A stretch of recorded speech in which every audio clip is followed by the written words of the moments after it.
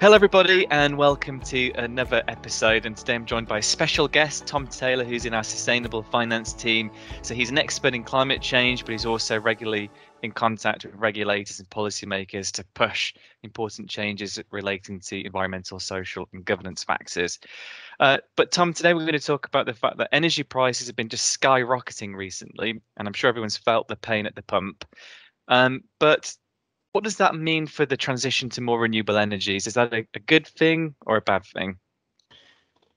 Thanks, Tom. So you're right. I mean, prices were already really high, and then the terrible situation that we've got in Ukraine with the Russian invasion has both increased prices, but also created this political incentive and imperative for governments to move away from reliance on energy sourced from Russia. So what that has seen is, particularly in terms of energy generation, an acceleration of commitment to roll out renewables to sort of fill the gap that's left if you switch off Russian oil and gas. We've seen it in the EU with pledges made last week. We've seen it in Germany with a real acceleration of their commitment to when they want to be 100% renewables, and we're seeing the same sort of narrative in the UK in terms of rollout of 100% energy from renewable sources.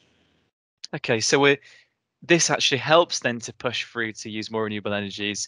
But I guess at the moment we can't fully rely on renewable energies. So where does that leave us with the shortfall? Where do we get the energy from in the shorter term?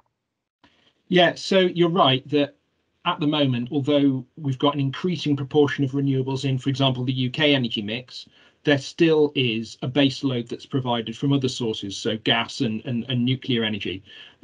What we're seeing is, if there is an increased uptake in renewables, which are actually quicker to deploy than some of the fossil fuel energy and to bring online, that proportion of the more polluting energy will come down. But you're right that at the moment we don't have sufficient, even on a sunny day with a bit of wind like today, where actually the energy mix is about 50% renewables, we still need that base load. So the other thing that we're going to see investment in is technologies like energy storage, so you can balance the grid so that if lots of energy is generated by wind overnight, for example, it can be stored and then used when people wake up and put the kettle on.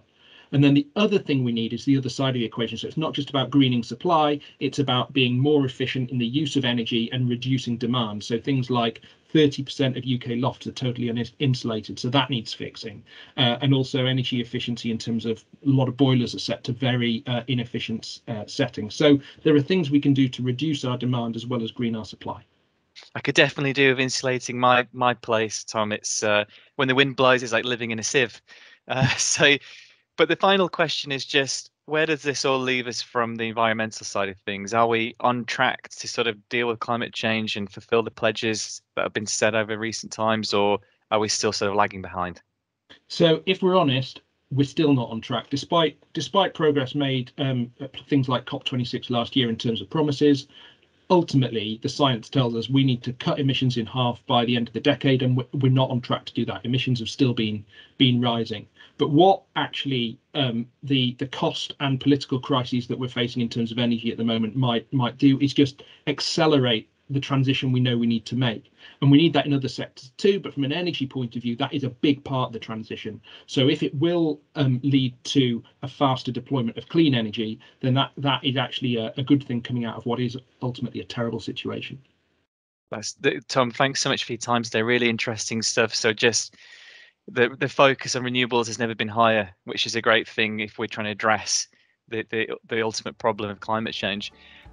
Thanks again, and thanks everyone for watching as always, and we'll be back again next week with another episode.